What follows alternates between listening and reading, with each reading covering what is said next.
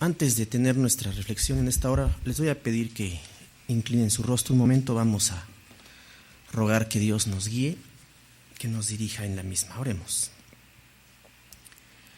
Venimos ante ti, Padre nuestro, en este día tan significativo para nuestra fe, a rogarte que este acercamiento a tu palabra, esta palabra viva, esta palabra eficaz, esta palabra que tan directamente, Señor, nos habla de la obra de redención que tú has querido hacer con nosotros y con todo el mundo, que este acercamiento, Señor, pueda renovar nuestra fe, nuestra visión, nuestra percepción de toda esa obra grandiosa que tú sigues haciendo, Señor.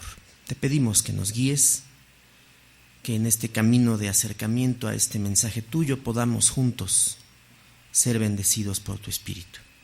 En Cristo te lo pedimos. Amén. La reflexión lleva por título en este día: Jesús aniquiló la obra del diablo en la cruz. Y ciertamente en muchas de las reflexiones bíblicas que hacemos no tenemos tanto por costumbre incluir alguna dedicatoria. En algunas ocasiones lo hemos hecho, hemos puesto dedicatorias para las reflexiones, aunque no las hacemos públicas en el momento mismo de la reflexión. Pero en esta ocasión sí lo vamos a hacer. Vamos a mencionar públicamente para quienes en particular está dedicada en esta ocasión, en este año 2016, esta reflexión.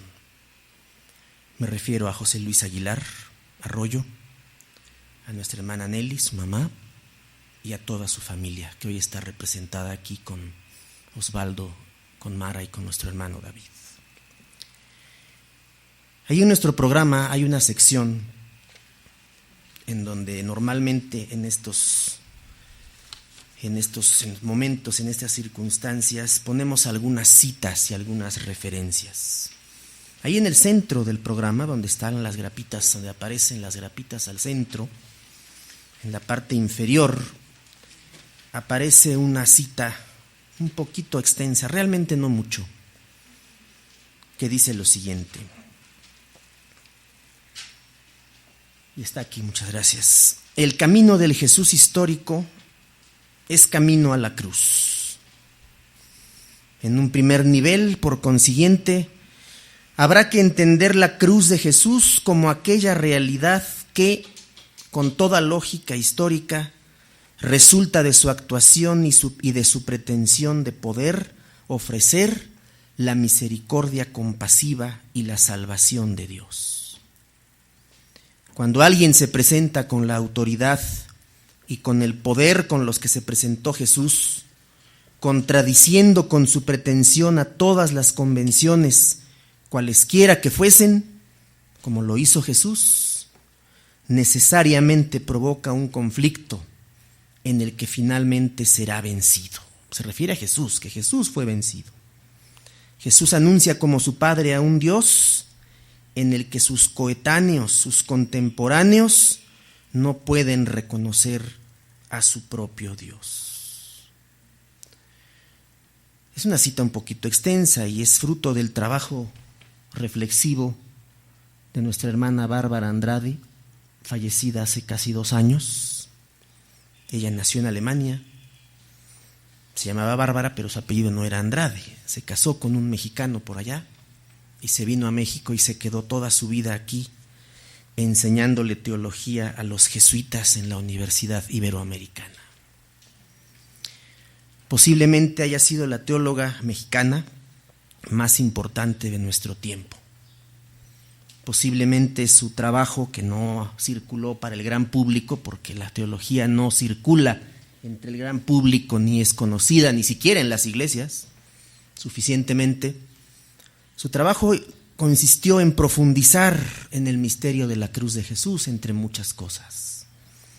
Cuando dice estas palabras, cuando se acerca al camino de Jesús y encuentra esa parte final donde Jesús anuncia como su Padre como el Padre de Jesús, a un Dios en el que sus contemporáneos, aquí podríamos cambiarle el verbo que utiliza ella, no pudieron reconocer a su propio Dios.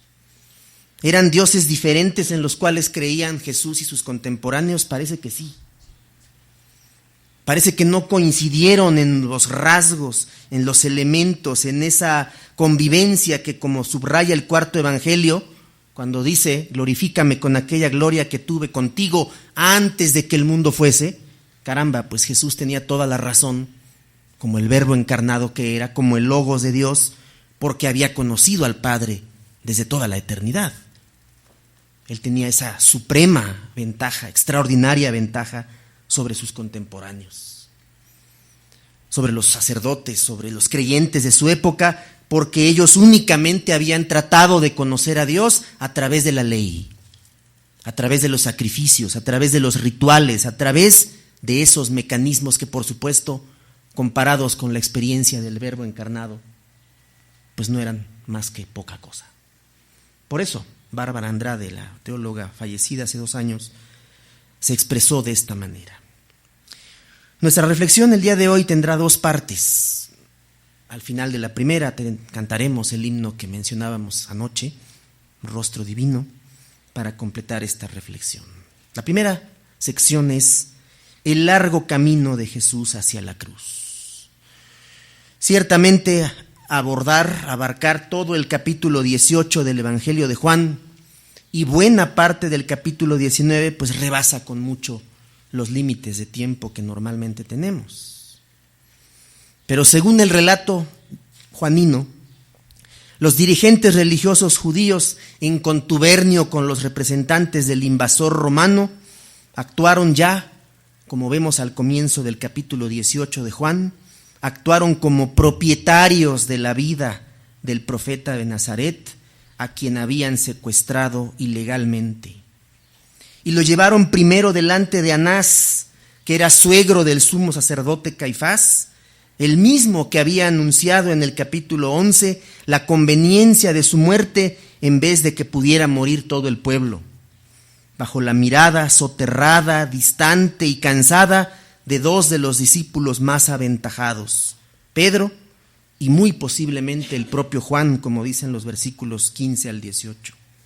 El primero, Pedro, tal como se le había anunciado, comenzó a negar a su maestro mientras éste era interrogado por Anás. Hay que distinguir a Anás primero y después a Caifás, el suegro del sumo sacerdote, quien al recibir sus respuestas contundentes y directas lo envió atado a Caifás, con quien no tiene Jesús ningún encuentro, pero que hubiera resultado ese encuentro entre Jesús y Caifás, hubiera resultado paradigmático, hubiera resultado un encuentro modelo, un encuentro crucial, pero Juan no nos cuenta que se hubiera dado esa reunión. Pedro termina de negar a Jesús y este es llevado ante Pilato, versículo 28 del capítulo 18, quien a su vez se niega a juzgarlo e insiste en que si se trataba de un asunto religioso, debían juzgarlo los propios judíos. Ante la expectativa de una condena a muerte inevitable, los dirigentes, versículo 31, segunda parte, cedieron ese derecho a los romanos, por lo que Pilato procedió a interrogar a Jesús al principio de una manera sumamente indolente, casi con indiferencia, con cansancio y con un cierto desprecio, sin encontrar en él ningún delito. Ese sí fue el verdadero diálogo, modelo, en el que Jesús respondió las 5 preguntas que le hizo Pilato con un estilo críptico, con un estilo hermético, pero consecuente. En primer lugar, Jesús no niega que es el rey de los judíos, aunque era un título evidentemente fuera de lugar para ese momento. También afirmó la supremacía de su reino sobre los reinos de este mundo. Es cuando le dice a Pilato, mi reino no es de este mundo, porque si mi reino fuera de este mundo, ahorita mismo se arreglaban todas las circunstancias que yo estoy viviendo y el proceso se invertiría por completo. Pero Pilato le insiste sobre su carácter real y establece claramente entonces el Señor su visión en relación con la verdad que había traído a este mundo. Versículo 37. Tú dices que yo soy rey. Yo para esto he nacido y para esto he venido al mundo, para dar testimonio a la verdad. Todo aquel que es de la verdad, escucha mi voz.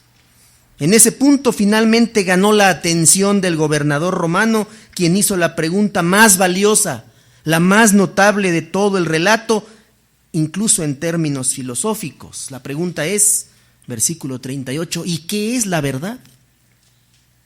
Pero esta vez esa pregunta se queda sin recibir respuesta, porque para Juan, para el cuarto evangelio, los lectores estamos obligados a recurrir a lo que el propio evangelio ha dicho al respecto varias páginas atrás, capítulo 14, versículo 6, que lo sabemos de memoria muchos. Yo soy el camino, la verdad y la vida. Nadie viene al Padre si no es por mí. ¿Qué es la verdad?, pregunta Pilato. Y el evangelio responde atrás, porque Jesús ya no habla al respecto. Sin encontrar delito alguno, según el concentrado relato que el evangelio apresura con cierta impaciencia, Pilato solicitó que escogieran entre Barrabás el ladrón y el propio Jesús, con la elección consabida y profundamente injusta. Entonces se radicalizó la situación cuando el representante de Roma ordenó azotarlo y los soldados, dicen los tres primeros versículos del capítulo 19, los soldados acentuaron sus burlas, lo coronaron de espinas y empezaron a burlarse de él, afirmando que era el rey de Israel. El poder político militar en ese momento, hay que esperarse todo el capítulo 18, hay que leerlo completo y llegar hasta el 19 para encontrar cómo el poder político militar se quita la máscara, se quita la careta y aplica el rigor de la violencia gratuita sobre el cuerpo inerme del profeta Galileo. Visto ya como enemigo público número 1, ha hecho de él una caricatura de rey y así lo presentó ofensivamente ante sus supuestos súbditos, dicen los versículos 1 al 5, con las clásicas palabras.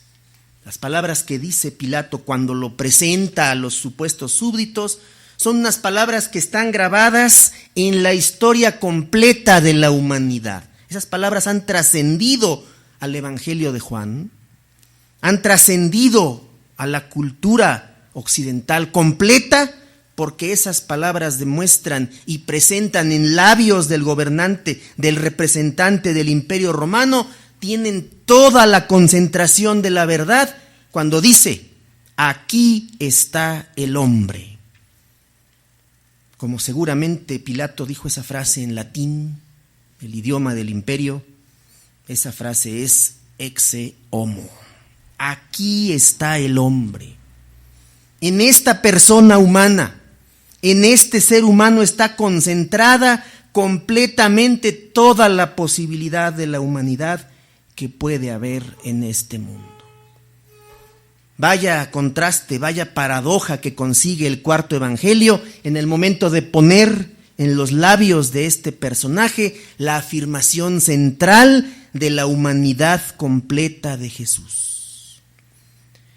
Y apenas hace eso, Pilato tiene que decir y exigir que sean ellos quienes acaben con él. Aquí está el hombre, se los entrego, ustedes hagan lo que quieran con él. Sin embargo, la reacción de los judíos fue despiadada al solicitar el martirio, versículos 6 y 7. Pero lo más llamativo del relato es la actitud de Pilato en el versículo 8. Cuando oyó que los dirigentes judíos le devuelven el cuerpo de Jesús, le devuelven la persona de Jesús para asesinarlo.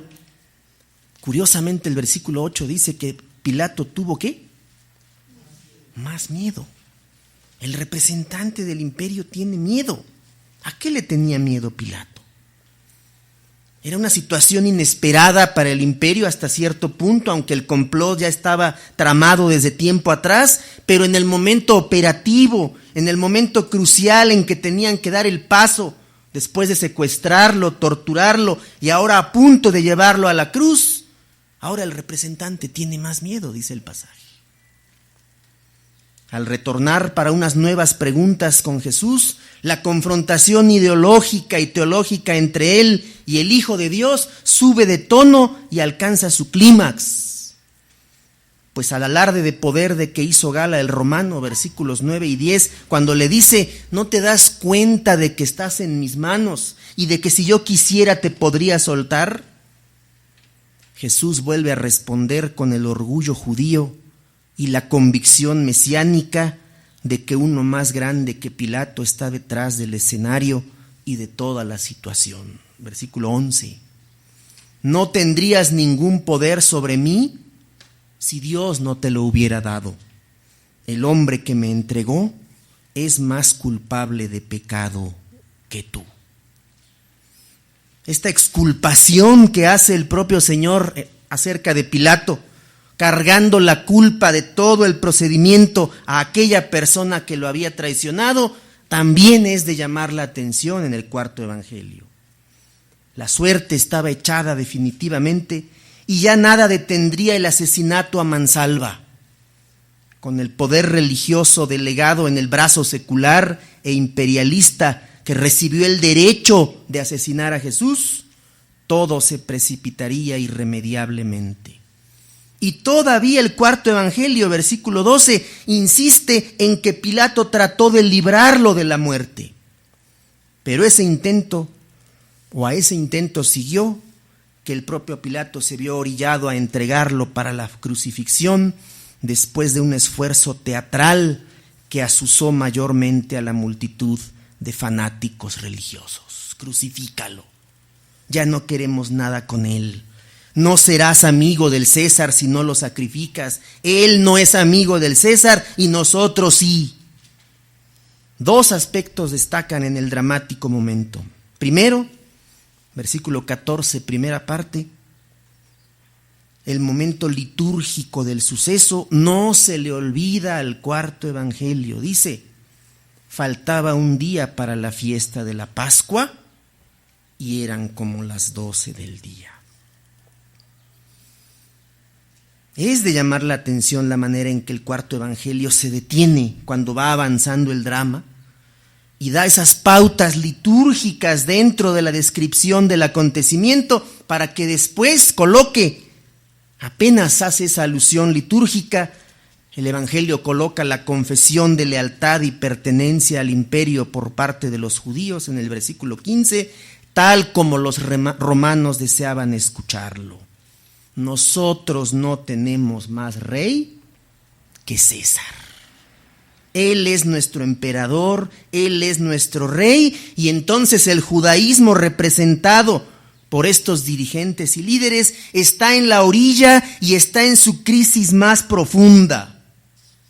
Cuando los propios dirigentes, los escribas, los conocedores de la ley, los conocedores de la teología profética del Antiguo Testamento y de todos los mandamientos, hacen una confesión de fe política, pero también espiritual, sobre que tienen un gobernante humano que incluso estaba por encima de Yahvé.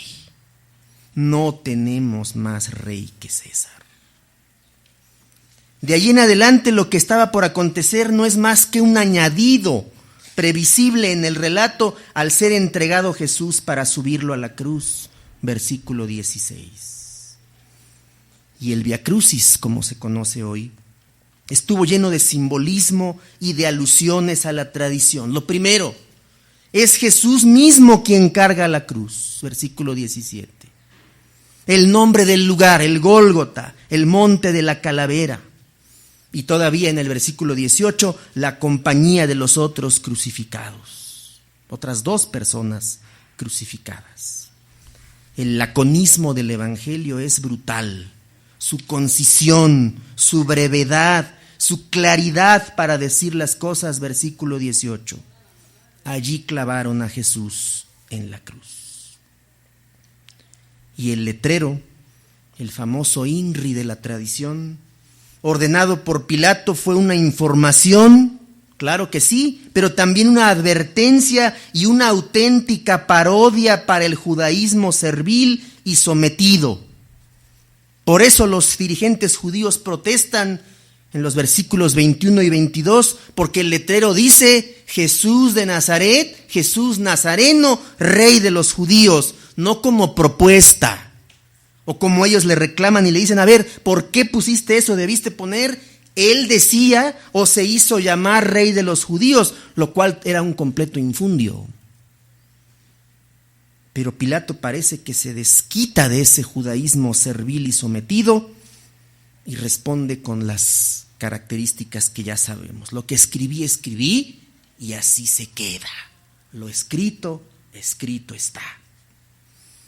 Pero también era una advertencia para todos aquellos que quisieran levantarse en contra de Roma. También era una advertencia para todos aquellos guerrilleros, aquellos rebeldes que quisieran luchar contra el imperio y afirmaran la otra soberanía, la soberanía auténtica del Dios de Israel. La cruz no solamente fue una señal de tortura y de tormento para las personas que tuvieron la desgracia de llegar allí, sino también una advertencia que se cumplió fiel y cabalmente en el año 70, cuando los romanos llegaron y arrasaron con la ciudad de Jerusalén y llenaron de cruces todos los alrededores de la ciudad. Y el cuarto evangelio, hermanos, con toda esta intensidad, con todo este manejo detallado de las circunstancias, va agregando elementos simbólicos e incluso, como lo recordamos bien, las características y el destino de la ropa del crucificado principal fue un motivo para citar las Escrituras. Su túnica era sin costuras, ¿verdad? Y de una sola pieza. Por lo tanto, no podía ser partida en las partes que querían para repartirse. Éxodo 28:32 y el Salmo 22 se refieren al hecho también, la segunda cita sobre todo, de ser repartidas por sorteo sus ropas. La presencia de María y otras 2 mujeres o 3 mujeres y del discípulo amado, versículos 25 al 27, dio pie para el encargo de que éste fue objeto en palabras del Señor.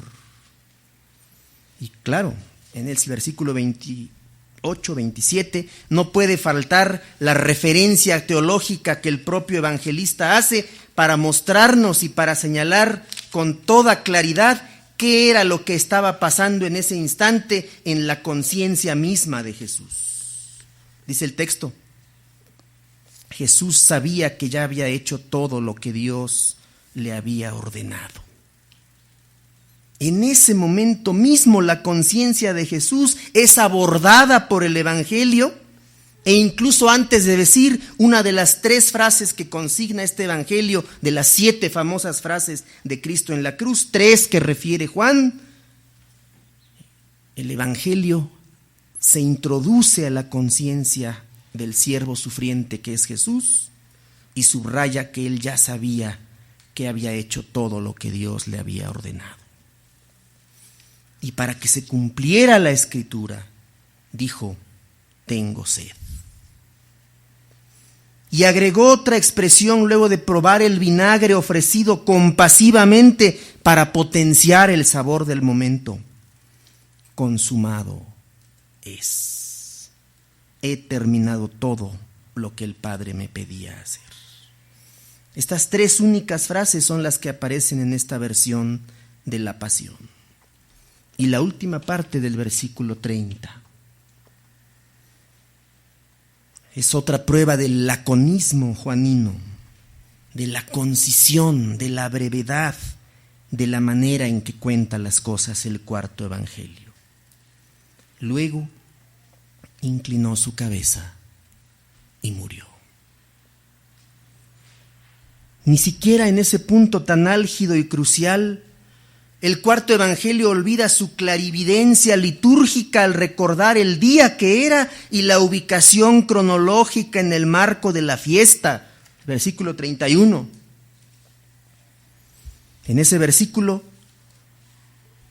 Juan nos explica y nos agrega que los judíos, por cuanto era la preparación de la Pascua, a fin de que los cuerpos no quedasen en la cruz en el día de reposo, en el sábado, pues era de gran solemnidad por la fiesta que se estaba celebrando, fueron a rogarle a Pilato que se les quebrasen las piernas y fuesen quitados de allí. Las manos inmundas de los romanos, versículo 32, fueron a cumplir la solicitud. Y el versículo 33, hermanos, es otro instante en los que el cuarto evangelio se detiene y morosamente, lentamente va mostrando las realidades de la fe vistas por los ojos a distancia. Cuando llegaron a Jesús, como le vieron ya muerto, no le quebraron las piernas. Pero el cuarto evangelio también es depositario en esa visión tan alta que tiene de la doctrina de Jesús. También es depositario de un realismo bíblico indiscutible. ¿Qué necesidad había de que pasara lo que nos cuenta el versículo 34? ¿Cuál era la necesidad de hacer eso? Uno de los soldados le abrió el costado con una lanza y al instante salió sangre y agua. La violencia, el golpe de violencia de este soldado atravesando el cuerpo con una lanza, hasta una situación como esa, subraya el texto, permite que se cumpla la escritura. Violencia gratuita, violencia insoportable, violencia sostenida. Yo no sé, hermanos y hermanas, muchos de ustedes conocen la película de Mel Gibson, La Pasión de Jesucristo, ¿verdad? Muchos la han visto, muchos la conocen y tendrán una opinión sobre la manera en que está contada la pasión del Señor ahí. La sensación que produce el hecho de ver el cuerpo martirizado en una primera sesión de tortura, y cuando la historia está siendo contada y al parecer termina ya ese episodio de tortura, ¿qué es lo que hace Mel Gibson con la historia? ¿Qué hace? Nuevamente se lanza, ya desatado en un estilo totalmente gore y convirtiendo esa historia en una película de auténtico terror, porque eso es lo que hace Mel Gibson. Convierte esa historia al redoblar el martirio y la tortura del Señor en una historia todavía más trágica. Poco tiempo después de que se estrenó esa película, nuestro hermano Eliseo Pérez Álvarez predicó en contra de esa película. Hizo un sermón donde va desglosando y deconstruyendo esa historia y va demostrando cómo la manera en que se hizo la misma, basada ni siquiera en el Evangelio, sino en las visiones de una religiosa católica, cómo tiene sus defectos grandes, burdos incluso visibles, y que no reflejan necesariamente con su insistencia en ese martirio lo que cuentan los evangelios. Quizá alguno de ustedes quiera leer el sermón de Eliseo Pérez.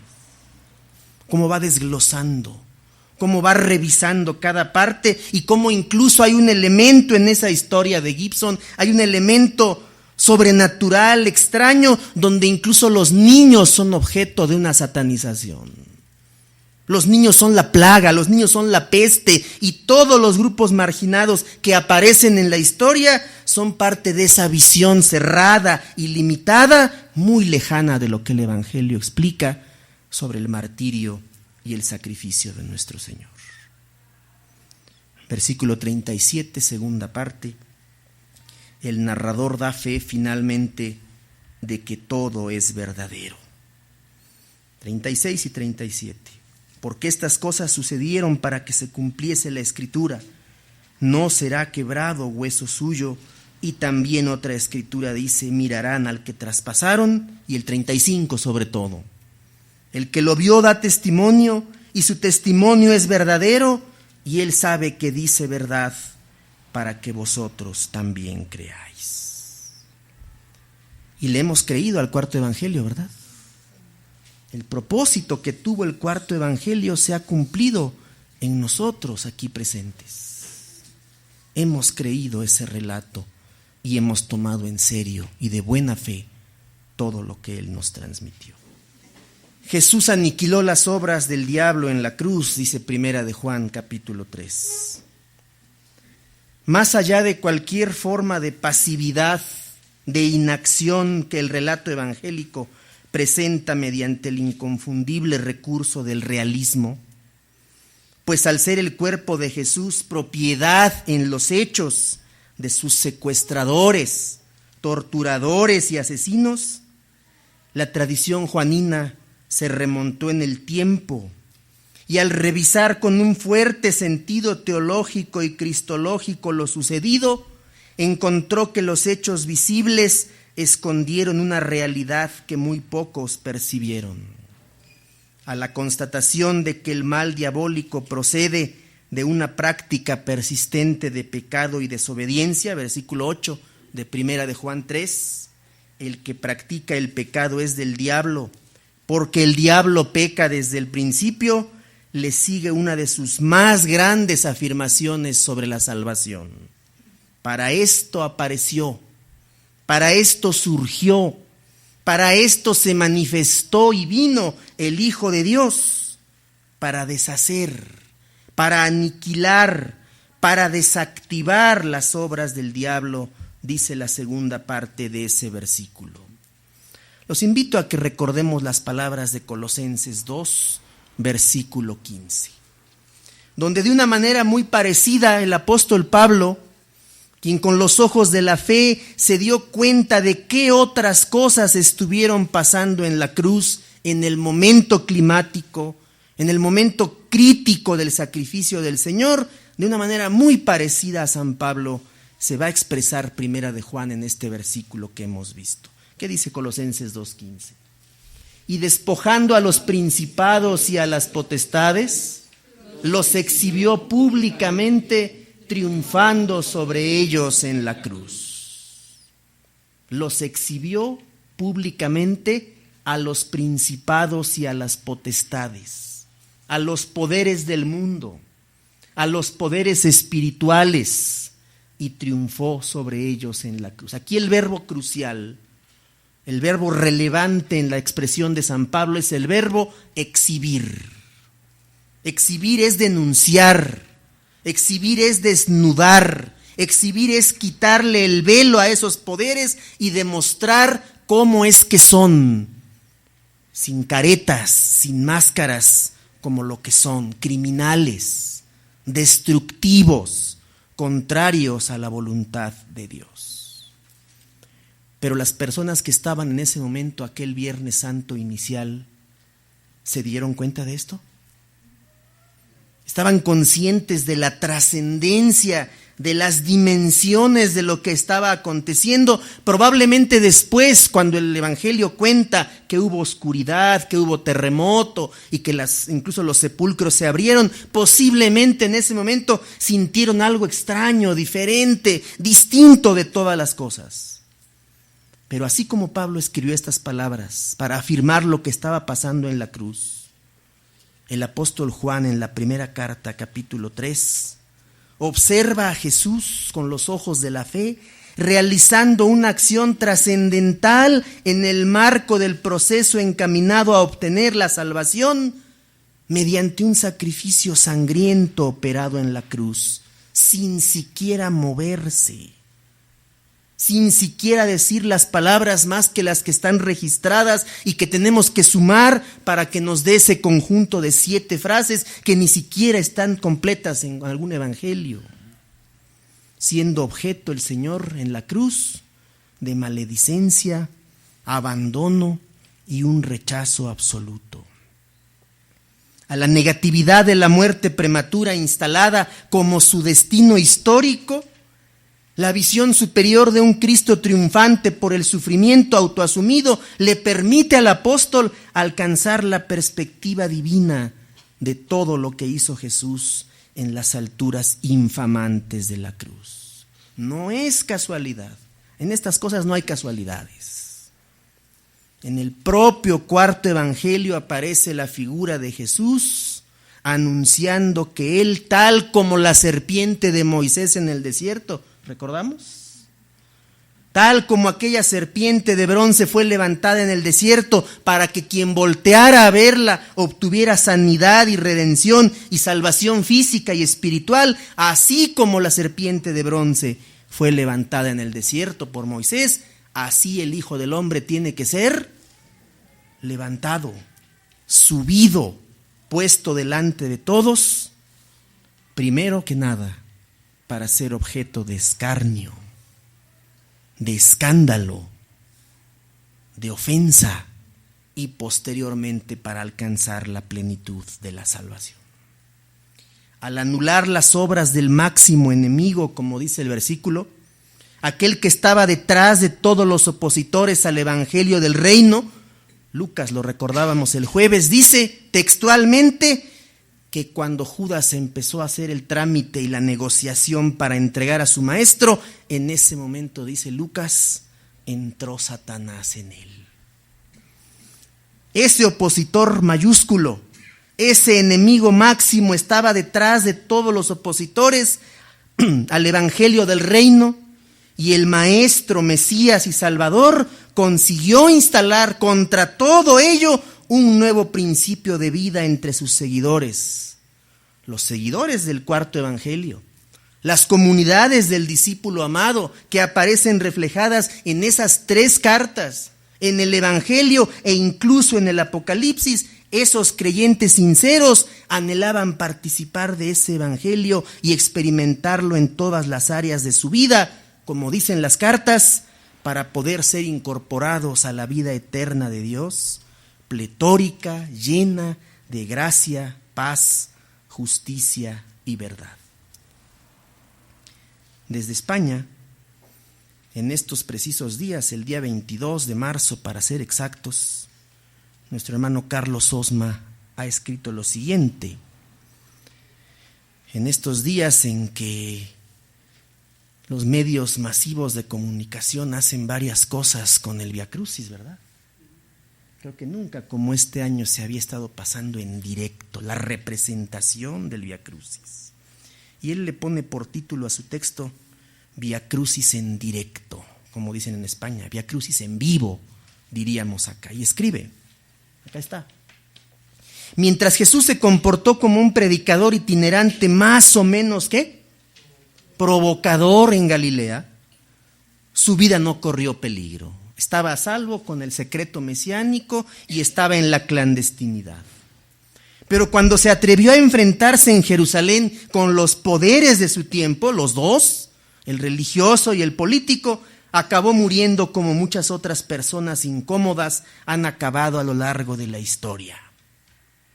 Los discursos liberadores tienen el recorrido que tienen, cumplen una función, pueden servirle a las personas, pero son eliminados cuando el poder los considera demasiado peligrosos para su supervivencia. Eso pasó en la cruz también. El discurso podía haber sido tolerado, incluso si Jesús se hubiera presentado como una persona, de las que tantas hay hoy ejemplos, como una persona ultraconservadora. Probablemente hubiera tenido más seguidores o más fans, como se dice hoy. Porque la gente ultraconservadora es la que más fans tiene posibilidad de tener. La gente busca seguridad en personajes de esa calaña, y ahí está Donald Trump. Precisamente de esa calaña, de ese tamaño moral, de esas características, y que puede arrastrar multitudes inconscientes o a veces bastante conscientes de lo que piensa su dirigente, su líder o la persona que los atrae, y aún así formar parte de sus segmentos, de sus seguidores, de sus apoyadores. Pero como Jesús dio el salto de calidad al abandonar radicalmente su espacio de confort, como se dice hoy, su zona de comodidad, su zona de confort, hizo que su sangre tuviera un precio, pagado puntualmente por quienes convencieron a uno de sus discípulos de entregarlo. No nos alcanzaría el tiempo para ir a Hechos 1, versículos 18 y 19, y sin embargo ya estamos yendo, ¿no? Hechos 1, 18 y 19. ¿Qué sucedió con el precio que pagaron los judíos por la sangre de Jesús? Con el salario de su iniquidad se compró un campo. Él fue y devolvió las monedas, ¿se acuerdan? Las 30 monedas de plata, las fue a devolver. Dice la tradición que se las aventó a aquellos que le habían pagado. Ellos se lavaron las manos, pero después dijeron, no, pues vamos a recogerlas, ¿no? Y al recogerlas, ¿qué hicieron con ese dinero? Compraron un campo. Él siguió su camino, se reventó por la mitad y todas sus entrañas se derramaron. Vaya manera de contarlo de Lucas, ¿verdad? Y fue notorio a todos los habitantes de Jerusalén, de tal manera que aquel campo se llama en su propia lengua, ¿cómo? Acéldama, que quiere decir campo de sangre. La sangre de Jesús, que tuvo ese costo supuestamente para ellos que hicieron el convenio de compraventa de la sangre de Jesús. Esa sangre se desdobló en ese campo comprado y al cual nadie quería acercarse. Ese campo está allí todavía físicamente. Y recuerda cómo hubo alguien capaz de traicionar la causa de Jesús. Cómo hubo alguien capaz de creer o de suponer que podía conducir de otra manera el destino de Jesús, o de presionarlo, o de obligarlo, o de forzarlo para que tomara otro rumbo, y cómo de cualquier manera el curso de la vida histórica de Jesús desemboca a donde tenía que llegar. En este punto, hermanos, ya para concluir, tenemos que hablar de la violencia sacrificial. La violencia sacrificial nos acecha por todas partes. La violencia sacrificial está en esas palabras que escuchamos cuando alguien nos reprocha que ha hecho algo por nosotros. Yo me he sacrificado por ti. Familia cercana, sobre todo, que nos reprocha y nos dice, yo me sacrifiqué por ti, que ya duele de por sí ese primer golpe, el segundo duele más. Yo me sacrifiqué por ti y ve cómo me pagas. Sacrificio con reproche de por medio y pago. Hay que pagar por el sacrificio hecho. La violencia sacrificial, hermanos y hermanas, atraviesa todas nuestras relaciones, atraviesa nuestra cultura. La violencia sacrificial no es de ahora, ni de hace un siglo, ni de 1000 años.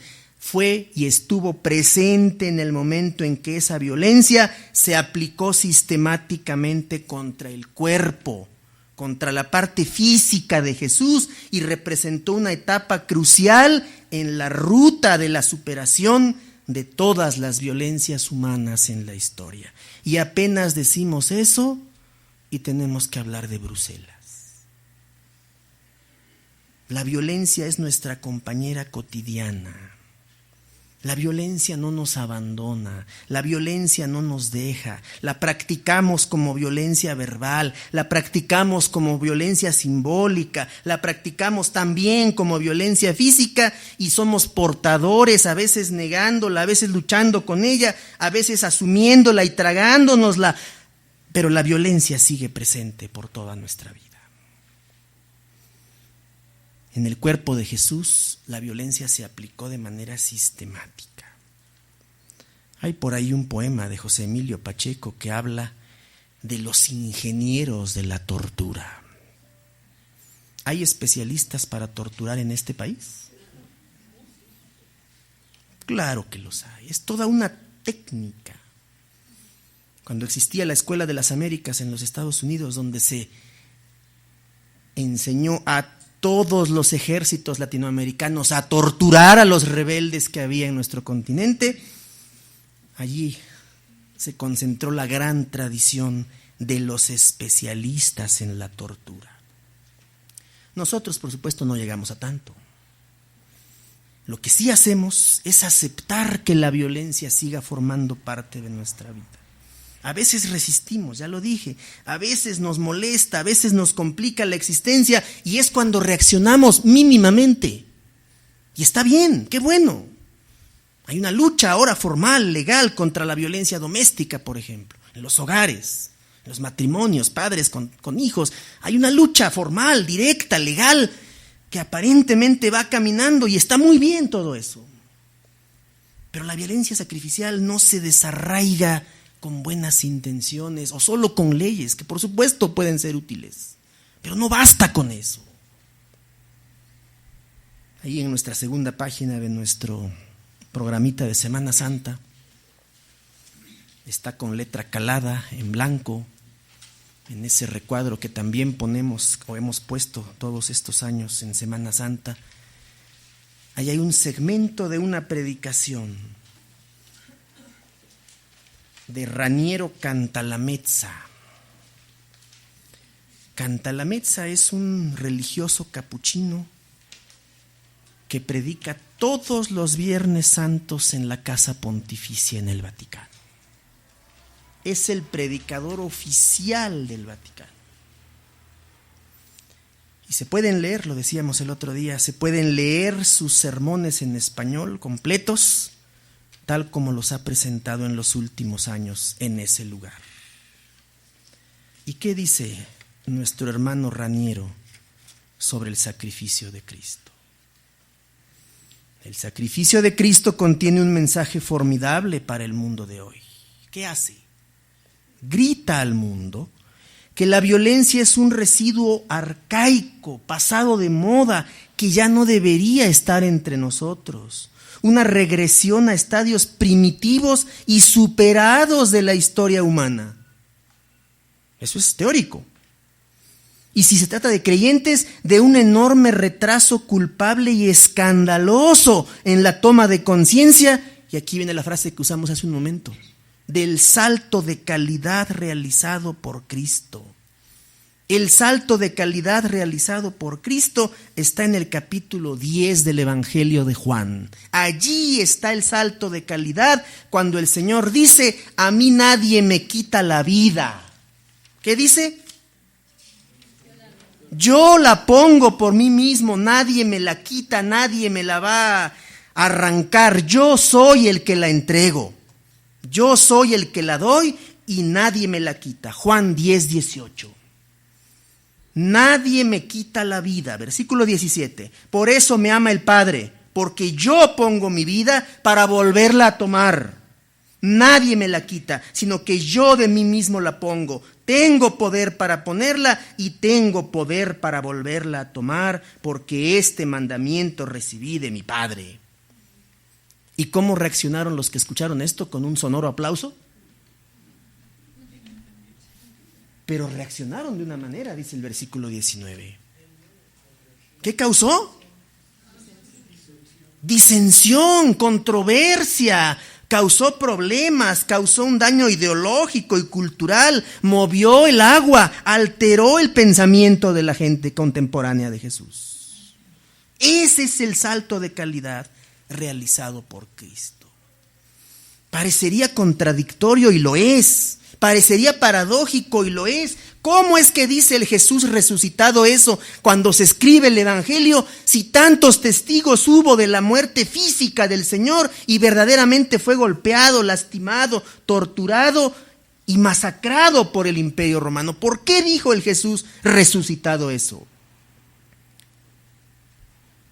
Porque toda lectura teológica en profundidad de lo que acontece en el mundo es capaz de advertir cómo se mueve la mano de Dios. No es sencillo, nunca ha sido sencillo ni lo será. El salto de calidad que realiza Cristo, dice Cantalamezza, recuerda también que la violencia es ¿qué? ¿Qué es? Fuerte. Perdedora. La violencia que se aplicó contra Cristo en la cruz perdió. No ganó. Históricamente ganó. Dispersó al grupo. Aparentemente acabó con esa vida de servicio, de amor y de justicia y lo condenó al olvido, pero no se olvidó. La violencia es perdedora, dice. En casi todos los mitos antiguos la víctima es el vencido y el verdugo es el vencedor. Lo normal, lo de siempre. Jesús cambió el signo de la victoria. Jesús inauguró un nuevo tipo de victoria que no consiste en hacer víctimas, sino en hacerse víctima. Sin victimizarse hay que completarle. Porque cómo nos gusta victimizarnos, ¿verdad? ¿Verdad que sí? ¿Sí o no? Sí. Claro, no, pobrecito de mí, mira cómo estoy. El Señor dijo eso en la cruz, pobre de mí. No dijo eso. Y vean la frase preciosa de San Agustín, que está inmediatamente después. Víctor, cuya víctima. Vencedor porque es víctima. Vencedor porque ha sido victimizado por otro, pero él no se victimiza a sí mismo. Así define Agustín al Jesús de la cruz. Y entonces canta la mezza, da el otro paso, que lo da el Evangelio, por supuesto, también, y aterriza y dice: el valor moderno de la defensa de las víctimas, de los débiles y de la vida amenazada, ¿dónde nació? ¿Dónde? No nació ayer. Hay defensa de los derechos humanos, qué bueno, claro, lo debe haber. Hay búsqueda de víctimas, hay búsqueda de desaparecidos, hay búsqueda de levantados, hay exigencia de justicia, de reparación del daño, claro que lo hay. Y lo debe haber. Y los cristianos debemos unirnos a eso. Pero eso nació sobre el terreno del cristianismo. Es un fruto tardío de la revolución llevada a cabo por Cristo. Cristo hizo la revolución del amor. Cristo hizo la revolución de la no violencia. Gandhi, el propio Gandhi decía: todo lo que yo hago, y el propio Luther King, todo lo que nosotros hacemos es una búsqueda de no violencia. Y en Gandhi en particular es más notable cuando él decía que parte de su inspiración era el propio Cristo, sin él ser cristiano. Los que han visto la película de Gandhi se acordarán que Gandhi no quiso ser cristiano, ¿cierto? No quiso, se le dio el mensaje en Sudáfrica, conoció creyentes y él dijo no. Pero nunca ignoró Gandhi la capacidad de la no violencia para hacer la revolución en los corazones humanos, para desarraigar esa violencia institucional. La violencia que asesina, que masacra, que desaparece, que aniquila, esa violencia que se aplicó contra Jesús, dice San Agustín, lo hizo vencedor porque fue víctima. Y termina citando a Nietzsche, claro que sí. Nietzsche no puede faltar en estos casos. Apenas se abandona, como hizo Nietzsche, la visión cristiana para devolver a la vida la pagana, la que no es cristiana, se pierde esta conquista y se vuelve a exaltar ¿a quién? Al fuerte, al poderoso, hasta su punto más excelso, el superhombre, la raza aria, dijeron en Alemania.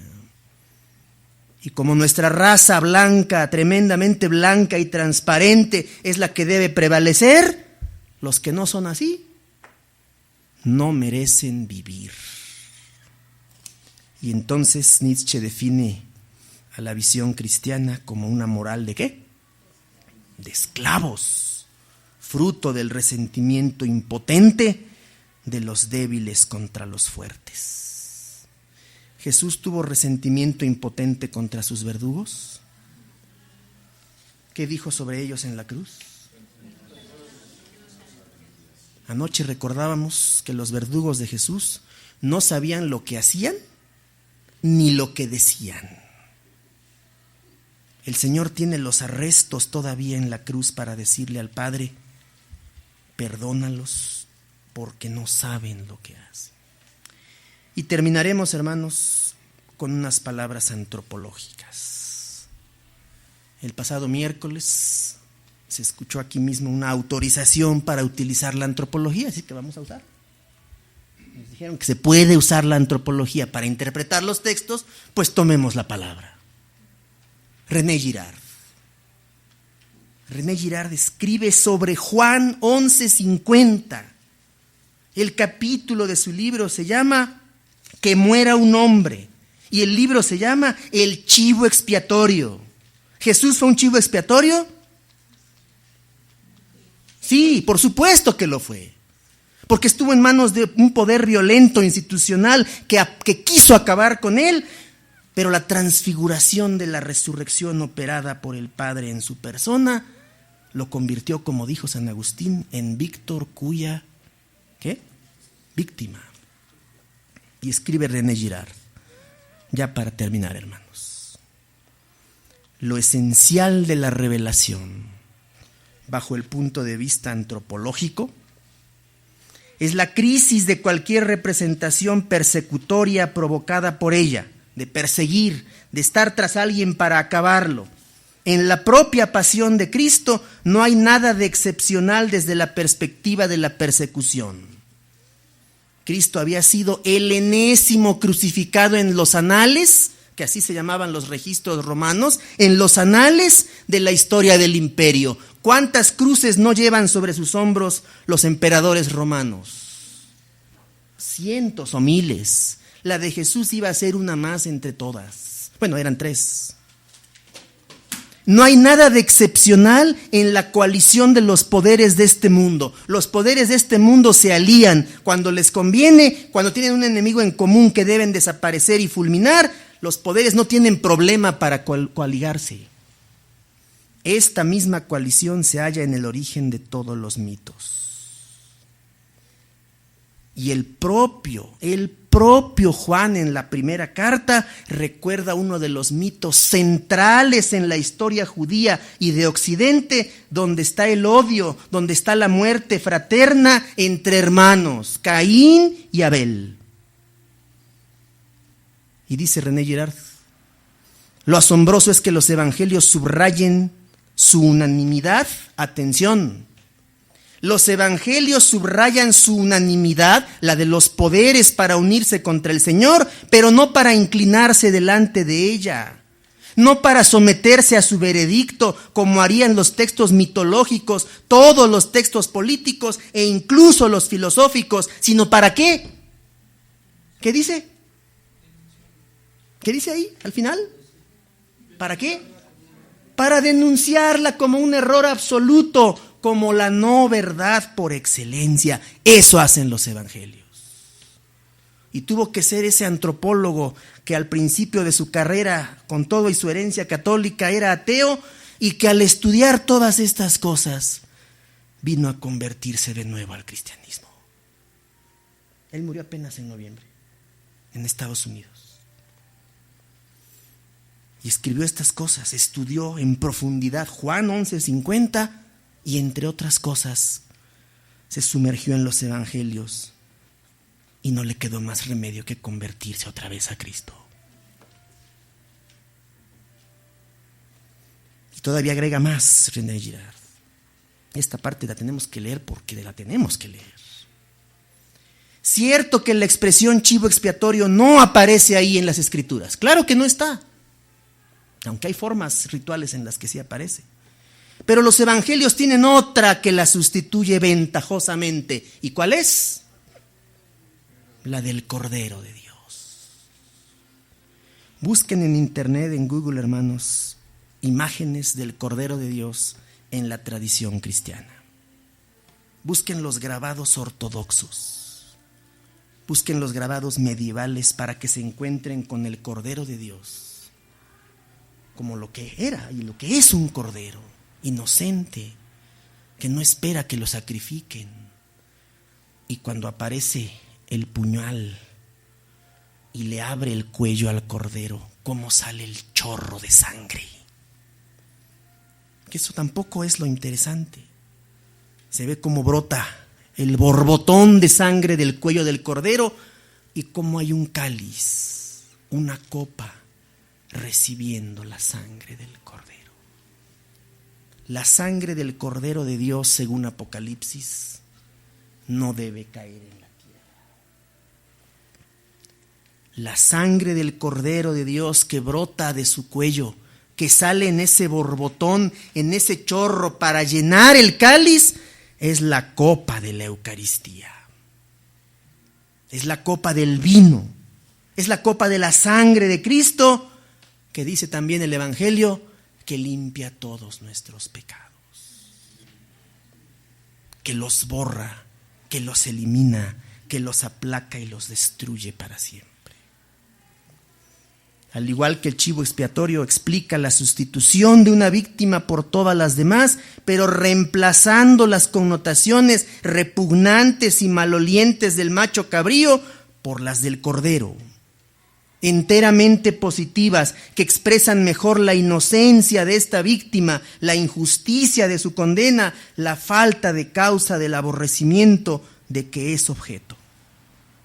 Y termina René Girard citando el Antiguo Testamento y citando Isaías 52 y 53. Así que todo queda perfectamente explícito. Jesús es constantemente comparado y se compara él mismo con todos los chivos expiatorios del Antiguo Testamento, con todos los profetas asesinados, ¿se acuerdan? Desde Abel, que fue asesinado por su hermano Caín, hasta el profeta Zacarías, que fue asesinado en el umbral, en el atrio del templo. Esa es la tradición de ustedes, que han sido asesinos de profetas o perseguidos por sus comunidades. Abel, José, Moisés, el servidor de Jehová, etc. El siervo de Jehová está en Isaías 52 y 53. Por eso el lenguaje de Primera de Juan capítulo 3 es tan golpeado, tan duro y para algunos incluso antijudío y antisionista.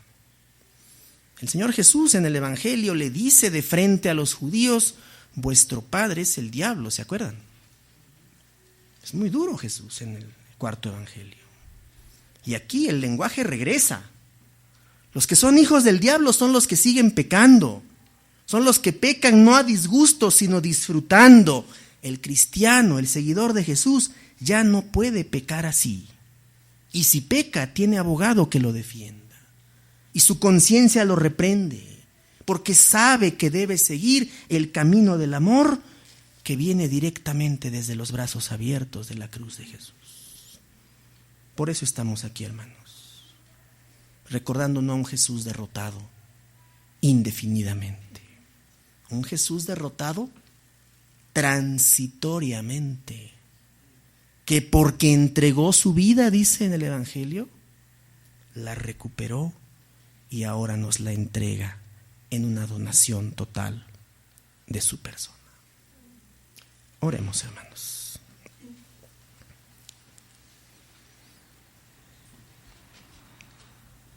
Ahora venimos ante ti, Señor, hinchidos de agradecimiento,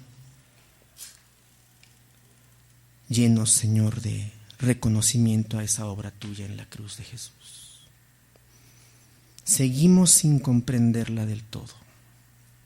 No alcanza nuestra mente a percibir tan extraordinario esfuerzo, tan grande entrega, tan mayúsculo sometimiento a tu voluntad. No lo entendemos. Pero te rogamos, Señor, que mediante tu Espíritu podamos juntos en esta hora aproximarnos otra vez, así sea levemente, así sea vagamente, a esos momentos cruciales de la fe que representaron, Señor, los momentos críticos, trágicos, terribles, aterrorizantes que pasó nuestro Señor allí. Para que podamos ver las cruces de hoy también, Señor. Para que podamos ver a aquellas personas que también están crucificadas. y que como tu palabra nos enseña, deben ser desclavadas de esas cruces para vivir vidas auténticas, dignas y genuinas de llamarse así, de llamarse vida, porque tú viniste a traer vida y vida en plenitud, en abundancia. Permite, Señor, que esta palabra tuya atraviese nuestro ser y se refleje en acciones, primeramente de gracias, pero también en acciones concretas, de paciencia, de amor, de respeto y de servicio. En Cristo te lo pedimos.